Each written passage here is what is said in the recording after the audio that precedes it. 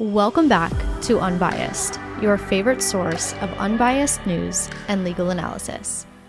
Welcome back to Unbiased. Today is Thursday, November 14th, and this is your final news rundown of the week. In today's episode, we'll touch on some more of Trump's cabinet picks. We'll talk through what recess appointments are and what that could mean for Trump bypassing Senate confirmation for his nominees. And then we'll finish with some quick hitters and rumor has it, which is my weekly segment where I either confirm, dispel, or add context to recent rumors.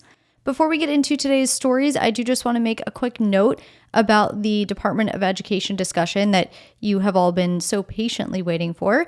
I originally wanted to get it done this week, but I simply just did not have the time to do all of the research. I try my best to do as much research as I can to get you the most accurate information. So I am going to push that discussion to Monday. I do have all of your questions noted and on hand for next week. So just stay tuned for that. And as always, if you love what you hear today, you are always welcome and encouraged to leave my show a review on whatever your preferred listening platform is. And now, without further ado, let's get into today's stories. Let's start with a few more of Trump's recent picks. So over the last few days, we've covered 9 picks, and today we will add 2 more, starting with Representative Matt Gaetz, who Trump nominated for the position of U.S. Attorney General. Now, Gaetz is an interesting pick in the sense that Republican lawmakers are a bit conflicted as to how they feel about it, and it's ultimately up to the Senate to confirm him for the position. But let's talk a little bit about what the U.S. Attorney General does, and then we'll talk about Gaetz personally and why these lawmakers are conflicted. First and foremost, the U.S. Attorney General is the head of the DOJ and the chief law enforcement officer of the federal government. The Attorney General represents the United States in legal matters and gives advice and opinions, as attorneys do, to the president, as well as the other heads of executive departments when such advice is requested. The Attorney General is also in charge of appointing special counsels to look into cases and people. As we saw most recently, Special Counsel Jack Smith brought charges against Trump, and Special Counsel Robert Hur investigated Biden's handling of classified documents. So those are special counsels appointed by the Attorney General, currently Merrick Garland. But if Matt Gaetz is confirmed, then he would be the new Attorney General. As I said, the position of U.S. Attorney General is one that is subject to Senate confirmation, as all cabinet seats are. This means that the simple majority of the Senate has to vote to confirm him. Now, you might be thinking, well, that's easy. Republicans now have the majority in the Senate, and Gaetz is a Republican, so he's obviously going to be confirmed. But it's not that obvious, and this is why. Gaetz has a reputation in Congress of being a far-right Republican. In fact, he was the congressman that brought that motion to oust Speaker McCarthy. McCarthy was thereafter replaced with Speaker Johnson, but that was the first time in U.S. history that a Speaker of the House was removed through a motion to vacate. Since being elected to the House, Gaetz he's made some allies on Capitol Hill, but he's also made some enemies, including within his own party. One Republican senator who spoke on the condition of anonymity said, quote, he will never get confirmed. Another Senate Republican said, quote, ain't gonna happen. Another Senate Republican said Gaetz has a better shot of having dinner with Queen Elizabeth II than getting confirmed. And one lawmaker told Fox News that there were, quote unquote, audible gasps in the room of Republican lawmakers when the news broke. Other lawmakers have voiced support for Gaetz, with one Republican senator saying that he supports the president's choice. Another Republican senator said the same. So when we take into account numbers, all but 4 Republican senators would have to vote to confirm him for this position. And so far, at least 3 have voiced skepticism publicly. And one Democratic lawmaker said that he knows of 5 to 10 Republican senators that are considering voting against Gaetz. So we'll have to see what the Senate does here. Now, as we know, Trump has promised retribution for the many investigations launched at him by the Biden administration's DOJ. And Gaetz himself was a target of an investigation by Biden's DOJ. So we don't know if that played into Trump's decision, but it is worth noting here. Ultimately, the DOJ declined to bring charges against Gaetz over allegations that he violated sex trafficking laws during a trip that he took to the Bahamas with paid escorts. That investigation began in 2021 and centered around allegations that Gaetz and an associate paid or gave gifts to underage girls and escorts in exchange for sex. Gaetz denied any wrongdoing. He called the investigation an extortion plot. Gaetz' associate ultimately pled guilty to sex trafficking of a minor and was sentenced to 11 years in prison. But the DOJ did end its investigation into Gaetz without pressing charges. Gaetz was also the subject of an investigation by the bipartisan House Ethics Committee into separate allegations of sexual misconduct involving a 17-year-old girl, illicit drug use, and misuse of campaign funds. In fact, the committee was preparing to vote on a quote-unquote highly critical report about Gaetz this Friday, but when Gaetz resigned from Congress yesterday in light of this nomination, the ethics investigation was dropped entirely due to the fact that the House no longer had jurisdiction to investigate him once he resigned. That investigation also began in 2021, but later the committee deferred its investigation at the request of the DOJ, which was simultaneously looking into the allegations. And then once the DOJ concluded its investigation without bringing charges, the House Ethics Committee resumed its investigation again. But as I said, as of yesterday, that investigation is no longer. Some final personal notes about Gaetz. He is 42 years old. He went to law school at William and Mary Law School, graduated in 2007, and started working in private practice before ultimately getting into politics. He followed in his dad's footsteps. Gaetz sat in Florida's House of Representatives from 2010 to 2016 before eventually taking a seat on Capitol Hill in 2017, and that is where he has been since. Now let's move on to Tulsi Gabbard, Trump's pick for Director of National Intelligence. In yesterday's episode, I spoke about John Ratcliffe being chosen as Trump's CIA director. And I mentioned that Ratcliffe was previously the Director of National Intelligence, which is actually who the CIA director reports to. But now that Ratcliffe is the CIA director, he will be reporting to Tulsi Gabbard, who is the nominee for the Director of National Intelligence. So first, a little bit about the role, and then we'll talk about her personally. The Director of National Intelligence oversees the entire intelligence community. The DNI also directs the National Intelligence Program and acts as the principal advisor to the President, the National Security Council, and the Homeland Security Council. As for Gabbard personally, she is 43 years old, a native of American Samoa, a military veteran, and a former Democrat turned independent turned Republican. She left the Democratic Party in 2022 after representing Hawaii in Congress for 8 years, and she even ran for the Democratic Party's 2020 presidential nomination. Over the last few years, she's been critical of the Biden administration and eventually left the Democratic Party, but has managed to create and maintain allies on both sides of the aisle. She is the honorary co-chair of Trump's transition team, and RFK Jr. actually considered her as a running mate in this election, but she ultimately turned down his offer. She has also claimed that she was put on a secret terror watch list by the Biden administration after her and her husband were pulled aside by TSA as they were boarding a flight. She said she was told it was a random selection, but says it's happened more than 7 times, which to her is no coincidence. She also said that federal air marshal whistleblowers have come forward and revealed that she was in fact added to a secret terror watch list run by the TSA called Quiet Skies. She thinks it's because of her criticism of the Democratic Party and more specifically VP Harris. But Republican lawmakers have sent letters to TSA requesting information on this and have not yet received a response. So that's a little bit about Tulsi Gabbard and Matt Gaetz. Now let's talk about a related topic, which is recess appointments. So we've been talking a lot about Trump's picks and Senate confirmations, right? So Trump's cabinet picks are subject to Senate confirmation. They essentially go before the Senate, they submit background materials, they answer questions from senators, and all of this is done in hopes of being confirmed for the position. As I stated earlier, you need a simple majority of the Senate. But yesterday, while Senate Republicans were holding their leadership race, Trump wrote on X in part, quote, "Any Republican senator seeking the coveted leadership position in the United States Senate must agree to recess appointments in the Senate, without which we will not be able to get people confirmed in a timely manner," end quote. As we know, that leadership, and I say as we know because I talked about this yesterday, the leadership position was won by Senator Thune. But let's talk about this, recess appointments. First, what are they? In the simplest of terms, a recess appointment is a temporary presidential appointment that happens while the Senate is on recess and therefore bypasses Senate confirmation. Now, this clause of the Constitution was adopted back at the Constitutional Convention without dissent and without debate as to the intent and scope of its terms. That has left the United States with some unanswered questions.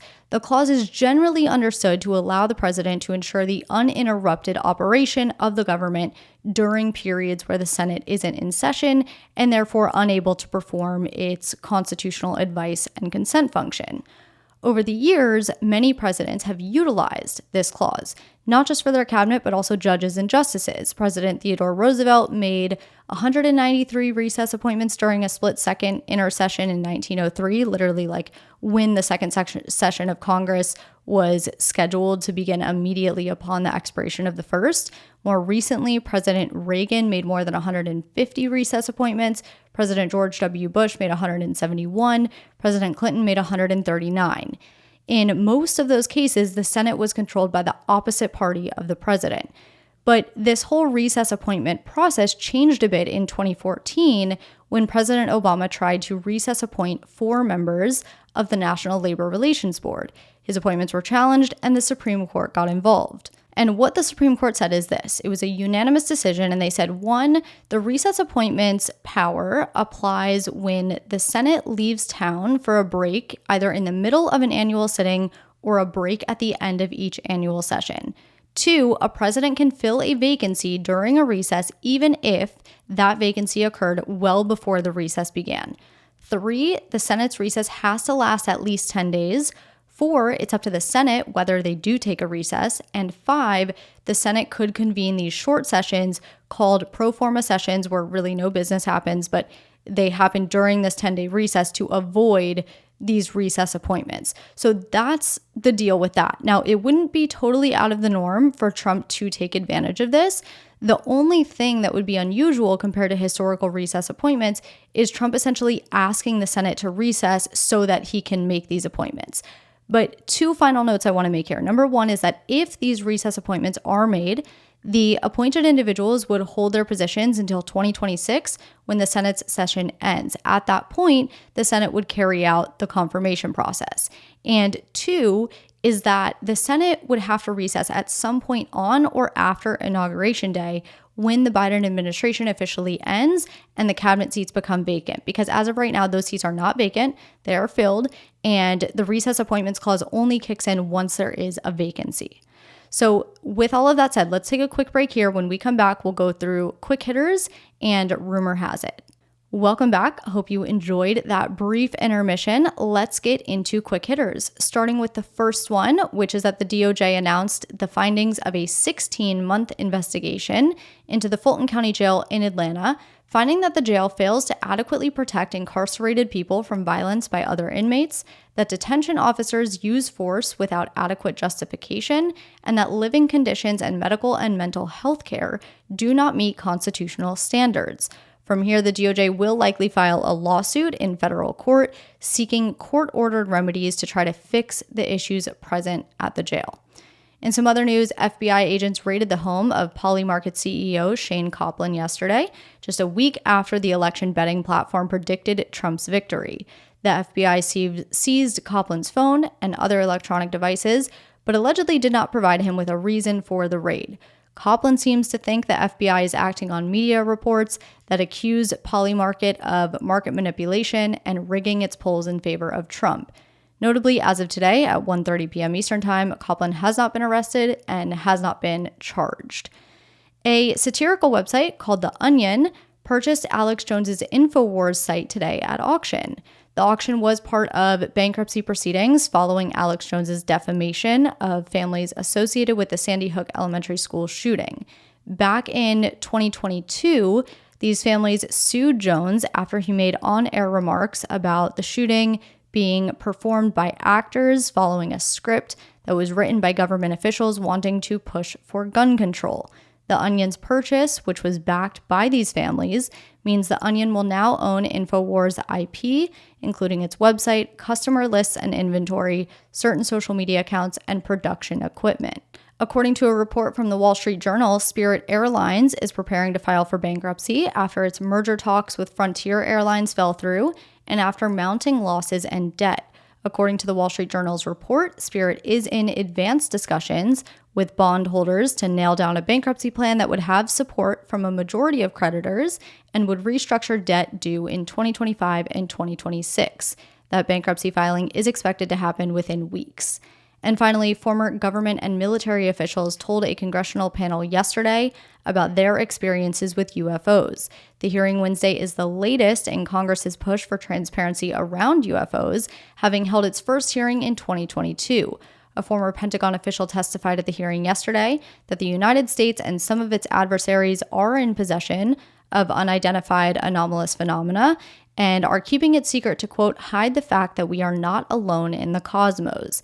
End quote. In March of this year, the Pentagon released a report saying there is not a United States government cover-up to hide extraterrestrial UFOs or alien remains in its possession. And finally, Rumor Has It, my weekly segment where I either confirm, dispel, or add context to recent rumors. We'll do 4 rumors today, and we're going to go through them quickly, which actually reminds me. So yesterday, I issued a reminder that my episodes are usually between 15 and 20 minutes now that I'm podcasting 4 days a week. Lately, they've been longer just because of the election. And I got a lot of messages telling me, don't worry about the length of the episodes. We love that you do longer episodes. And I agree. The longer episodes are great. But the reason the episodes are between 15 and 20 minutes usually is because I only have so much time in my day before I have to get the episodes out and I have to, start recording, editing, all that stuff. So I've been working overtime lately to crank out all of this heavy, dense, substantive material. And I was just saying that soon I will have to go back to my regular episode length just for my own sanity. But anyway, let's get into the rumors and clear some things up. Rumor has it that a FEMA employee told disaster relief workers to skip homes with Trump signs following Hurricane Helene and Hurricane Milton. This is true, and this worker has since been fired. FEMA Administrator Deanne Criswell said in a statement, quote, more than 22,000 FEMA employees every day adhere to FEMA's core values and are dedicated to helping people before, during, and after disasters, often sacrificing time with their own families to help disaster survivors. Recently, one FEMA employee departed from these values to advise her survivor assistance team to not go to homes with yard signs supporting President-elect Trump. This is a clear violation of FEMA's core values and principles to help people regardless of their political affiliation. This was reprehensible, end quote. The fired employee has since told a journalist that the workers skipped the homes because of FEMA's policy to avoid, quote, potentially hostile situations, end quote. Rumor has it that the Harris campaign is now $20 million in debt after spending $1 billion on the campaign. This is true, as per a member of the DNC Finance Committee who sat down recently with News Nation. Lindy Lee said that the campaign is $20 million in debt despite taking on at least $1 billion. It is important to note here that there hasn't been a clear answer across the board as to the amount of debt. Other campaign members have cited lower numbers like $6 million. The one consistency, though, is that the campaign is in fact in debt. On News Nation, Lee was specifically speaking about the fact that the Democratic Party needs a quote-unquote post-mortem assessment after what was a quote-unquote shellacking in this election. She said that she loves Harris, but the way the campaign was run and the way the finances were handled, quote, left much to be desired, end quote. According to Ad Impact, which is a company that provides advertising intelligence and data solutions, roughly $654 million was spent on ads, and FEC filings seem to confirm that many of the payments went towards media buys and text message outreach. FEC filings also show roughly $20 million spent on concerts and celebrity appearances. Now, there's also been this related rumor that Oprah was paid $1 million for hosting a town hall for Harris. Oprah, though, says that she wasn't paid. What we know from the FEC filings is that Oprah's production company, Harpo Productions, received 2 payments of $500,000 on October 15th. But that doesn't necessarily mean that it went to Oprah herself. It does tell us that her production company was paid $1 million by the Harris campaign. Moving on, rumor has it that Harris won all states without voter ID laws. This is false. While it is true that she did win a majority of the states without voter ID laws, 12 to be exact, Pennsylvania and Nevada also do not require all voters to show ID at the polls, and those states went to Trump. And finally, rumor has it that racist text messages were sent to Black men, women, and students following the election, telling them that they had been selected to pick cotton at the nearest plantation. This is true, and the FBI has confirmed. The messages included iterations of the following, quote, "Greetings, you have been selected to pick cotton at the nearest plantation. Be ready at 12 p.m. sharp with your belongings. Our executive slaves will come get you in a brown van. Be prepared to be searched down once you've entered the plantation. You are in Plantation Group W." End quote. A spokesperson at the University of Alabama confirmed in a statement that some Black students there also reported receiving similar texts. A photojournalist received a text in Virginia and said his cousin in Richmond received a similar text, and Virginia's Attorney General similarly confirmed that the text messages had been sent. So that is what I have for you tonight. I hope you have a fantastic weekend, and I will be back with you again on Monday.